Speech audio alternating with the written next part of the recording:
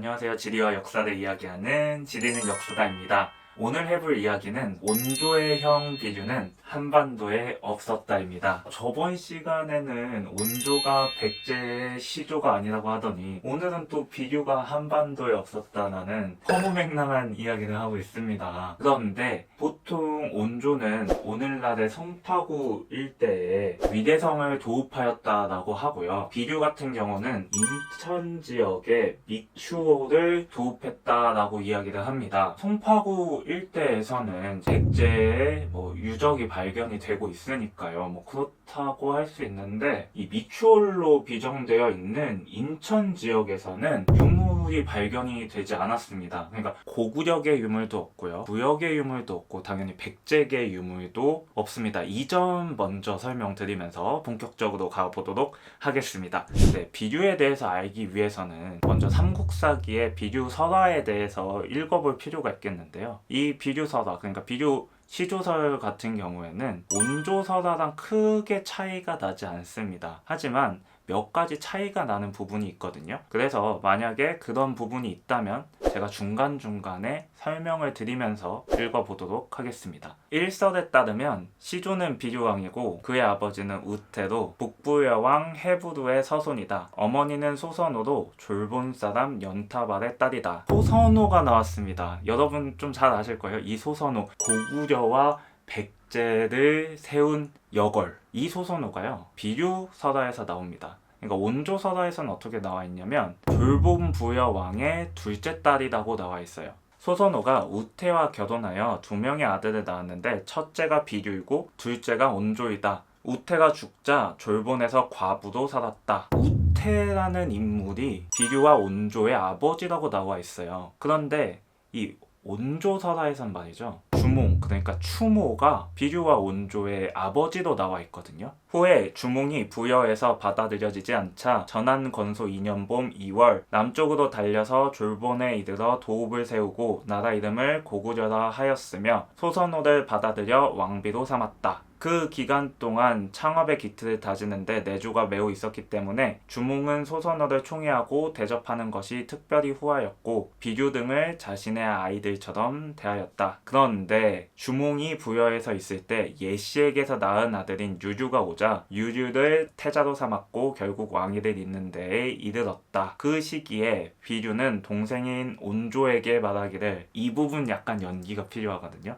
이거 한번 연기해 보도록 하겠습니다. 아니, 대왕께서 부여에서 그런 난이 있었을 때 여기 오셔가지고 나라 세운다고 했을 때 우리 어머니께서 가산 다 털어가면서 나라 세우는데 이렇게 다 도와주고 열심히 노력하셨는데 태왕께서 죽고 나서 말이야, 유주가 결국에는 이 나라 홀라당 다 가져가 버리고 말이야. 우리가 여기 있어가지고 지금 우울증 걸릴 것 같고 암 걸릴 것 같은 지금 이런 상황인 것보다는 온조야, 어머니 모시고 남쪽으로 가서 나라 다시 세우자, 이랬다는 거거든요. 그런데 온조시조설에서는 어떻게 되어 있냐면 유류에게, 그러니까 유리에게 받아들여지지 않을까봐 겁이 나서 남쪽으로 내려갔다라고 되어 있습니다. 동생과 함께 무리를 거느리고 폐수와 대수 두 강을 건너 미추홀에 이르러 살게 되었다.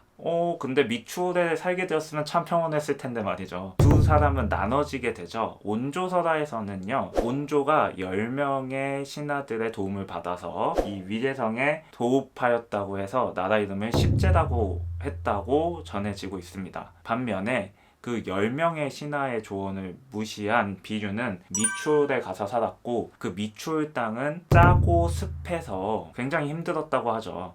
그래서 비류가 몰래 온조가 있는 위대성으로 가봤는데 너무나도 평안한 거예요. 그래서 자신이 한 행동을 너무 부끄럽게 여겨서 죽었다라고 되어 있습니다. 그래서 미추홀에 있던 백성들이 즐거운 마음으로 위대성으로 갔다 해서 이 나라 이름이 백제가 되었다, 이렇게 설명을 하고 있거든요. 그러면 우리는 이제 비류시조설이랑 온조시조설에 대해서 정리를 해볼 필요가 있을 것 같아요. 우선 비류시조설은 둘이 함께 있었다라고 적혀져 있고 온조시조설에서는 따로 나라를 세웠다라고 되어 있어요. 그리고 어머니에 대해서도 비류시조설에서는 소선호 를 이야기를 하고 있는데, 반면에 온조시조설에서는 졸본부여 왕의 둘째 딸이라고 되어 있습니다. 그런데 사실 소선호를 뭐 부여왕의 둘째 딸이라고 이렇게 했다라고 하면 큰 문제는 없잖아요. 그런데 이 친아버지를 보는 거는 굉장히 중요한 것 같습니다. 이 비교 설화에서는 비주와 온조의 친아버지가 우태라고 되어 있고요. 온조 설화에서는 비주와 온조의 아버지가 추모라고 되어 있습니다. 그러면 이것을 어떻게 볼 것인가? 일반적으로는요, 이 설화의 내용대로 비유의 친아버지는 우태가 맞고 온조의 친아버지는 추모가 맞다, 이렇게들 보세요. 그러면 이 우태라는 인물은 누구일까요? 저번 시간에 이 사람하고 굉장히 이름이 비슷한 인물을 한 명 소개했었거든요. 바로 이 요서지방에 있었던 구태입니다. 정확하게는 위구태죠. 이 구태라는 인물이랑 우태라는 인물이 이름이 비슷해요. 그래서 실제로 이 우태랑요, 구태랑 동일 인물이라고 보시는 분들이 계세요. 이 우태랑 구태랑 동일 인물이라고 주장을 하시는 분들은 어떻게 이야기를 하시냐면요, 백제인들이 자신들의 시조를 우태라고 소개를 했는데, 당시에 이 요서 지역에 위구태라는 사람이 있었기 때문에 중국 사람들이 위구태랑 구태를 헷갈려서 구태라고 적게 된 것이다, 이렇게 설명을 하세요. 그런데 저는 이 주장에 대해서는 동의하지 않거든요. 일단 북송 시기에 있었던 책부원기라는 책이 있습니다. 이 책부원기라는 책에는 뭐라고 되어 있냐면요, 백제 부여왕의 후손 중에 구태라는 자가 있었는데 고구려에게 재차 격파되었다. 이에 백가구가 바다를 건너서 이로 인해 나라 이름을 백제라고 불렀다. 지금 부여왕의 후손 중에 구태라는 인물이 있었다라고 하거든요. 근데 이 위구태가 부여왕이잖아요. 그러니까 당연히 부여왕의 후손인 게 맞죠. 그런데 이 우태와 구태가 동일 인물이라고 주장하시는 분들은 이렇게 얘기하실 수 있으실 것 같아요. 우태의 아버지 이름이 헤브루예요. 근데 헤브루도 부여의 왕이거든요. 그러면 우태도 부여왕의 후손이 되는 거잖아요. 그래서 제가 하나 더 준비를 해왔습니다. 바로 통전이라는 책인데요. 통전이라는 책은 제가 백제가 대륙을 다스렸다는 내용을 이야기 드렸을 때 그 근거 자료로 사용했던 사서입니다. 이 사서에 뭐라고 적혀져 있냐면요, 백제 후한말 부여왕 위구태의 후손이다. 누구의 후손이라고요? 위구태의 후손이요. 이 위구태의 후손이 백제다, 빼박 증거가 있습니다. 그러니까 이 우태랑 구태는 동일한 인물이 아니다라는 거죠. 그런데 또 이렇게 생각을 할 수가 있잖아요. 우태랑 구태랑 위구태 모두가 같은 인물인 거 아니야? 그런데 말이죠, 이 우태라는 사람은요, 기원전 사람이고요, 우태 또는 위구태는 2세기 사람이에요. 2세기. 이 사람이 동일한 인물이려면 몇백 년을 살아야 되는 거죠. 그리고 우태의 아내가 누구죠? 소선호잖아요. 구태 또는 위구태의 아내는 요동태수 공손도의 딸이잖아요. 시기와 행적이 일치하지 않아요. 그러니까 동일 인물이 아니라는 거죠. 그런데 이 세 사람을 동일한 인물로 생각을 하시는 분 중에 재미난 이론을 갖고 계신 분들이 계십니다. 뭐냐면요, 고구려에 우태라는 관직이 있어요. 이 관직까지 가져와가지고 우태 또는 구태가 우두머리라는 부여의 단어가 아니겠느냐, 이런 주장을 하시는 분들이 계세요. 이건 또 무슨 소리지? 그리고 왜 굳이 고구려의 관직을 갖고 온 거지? 라고 생각을 하실 수 있는데, 우태라는 관직을 처음으로 받은 사람을 좀 살펴볼 필요가 있습니다. 부여에 이제 대소왕이라고 있잖아요. 추모를 많이 괴롭혔던 그 대소왕의 막내 동생이 부여가 망하자 갈사국이라는 나라를 세워요. 그 갈사국을 세웠다 해서 이제 갈사왕이라고 하는데, 이 갈사왕의 손자 중에 이제 도두라고 있어요. 이 도두가 우태 관직을 최초로 받은 사람입니다. 그러니까 부여계잖아요. 부여계랑 뭔가 관련이 있다는 거죠. 여기서 이제 제 개인적인 좀 사견을 보태면, 위구태 아버지가 부태예요. 부태, 위구태, 우태, 구태, 이 인물들이 모두 다 태도 끝나죠. 별태자도 끝나거든요. 이게 좀 부여의 우두머리와 좀 관련이 있는 게 아닐까? 그거랑 이제 별개로 또 재미난 이론이 있더라고요. 이건 좀 오래된 이론입니다, 사실. 위구태 위자 있잖아요. 이게 벼슬 위자인데 고구려에서 자리 위자를 쓸 때 이 한자의 뜻이 있다고 벼슬이랑 자리 위를 같은 걸로 봐야 된다, 이러한 주장이 있거든요. 자리 위가 무슨 의미를 지니고 있는 걸까요? 이거는 정사 삼국지에 나와 있기 때문에 한번 살펴보도록 하겠습니다. 고구려에서는 서로 닮은 것을 위라고 하였는데 그 증조부와 닮았기 때문에 위궁이라고 이름을 지었다. 지금 궁이라는 인물이 있고요, 위궁이라는 인물이 있었다라는 거죠. 근데 위궁은 궁을 닮았기 때문에 위궁이라고 불린 거라는 겁니다. 이 궁은요, 태조대왕이고요, 위궁은 동천왕입니다. 그러니까 고구려의 태조대왕과 동천왕인데 이 동천왕이 태조대왕을 닮았기 때문에 이름을 위궁이라고 했다는 거예요. 근데 이 위자는 결국에는 우리 민족이 썼던 어떤 언어인 거잖아요. 그러니까 이 위자랑 이 위자가 소리가 같은 거이고 그러면 뜻도 같을 확률이 있다라는 거예요. 만약에 이 주장대로 해석을 하게 되면 어떻게 되냐면요, 옛날에 구태라는 자가 있었고 그 구태를 닮은 위구태가 존재한 거죠. 그래서 이 닮은 위구태가 우리가 알고 있는 구태가 된 거고요. 실제로는 구태라는 인물은 따로 있었다, 이런 얘기가 되는 겁니다. 그렇다면 이게 아니라 구태는 이 우태이고요, 우태를 닮았기 때문에 위구태라고 불린 겁니다. 그렇게 되면은요, 이 위구태는요 우태의 후손이고요, 다시 얘기하면 비주의 후손일 수 있다. 그런데 아까 사실 비주는 일찍이 망했잖아요. 거기에 우리나라 사서 중에 하나인 제왕운기라는 책이 있거든요. 거기에서 또 이렇게 나옵니다. 온조는 어머니와 형 은조와 더불어 남쪽으로 달아나 나라를 세웠다.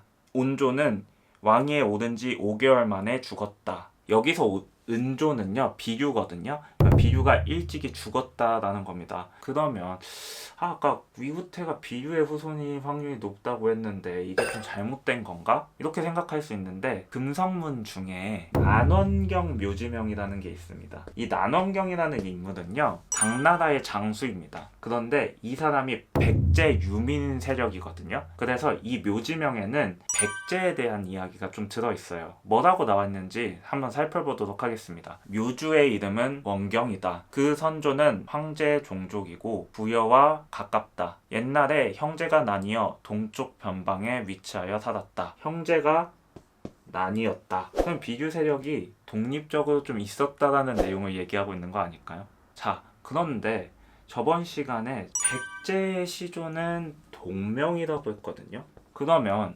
동명, 비류, 온조, 그리고 구태 또는 우태, 더 나아가서 위구태까지 도대체 누가 백제의 시조인 거죠? 일반적으로는 이 온조가 백제의 시조로 보시는 분들이 많으세요. 그러면 갑자기 왜 동명이 시조가 되었을까라고 하면 이렇게 주장들을 하세요. 온조가 시조였는데 나중에 백제와 고구려가 국군을 건 전투를 하잖아요. 그때 온조가 그대로 시조이면 고구려의 반개가 되는 거거든요. 정통성 문제가 발생한다는 거예요. 그래서 정통성 때문에 한 단계 더 끌어올려서 부여의 시조인 동명을 자신들의 시조로 만들었다, 이런 주장을 하고 계세요. 그런데 이거는 고구려의 사례만 봐도 이 주장이 조금 잘 안 맞는다는 생각을 갖게 하거든요. 고구려는 사실 이 추모 이전에도 나라가 존재했거든요. 저번 시간에 천남산 묘지명에 대해서 말씀을 드렸어요. 천남산 묘지명에서는 동명이 개국자라고 했거든요.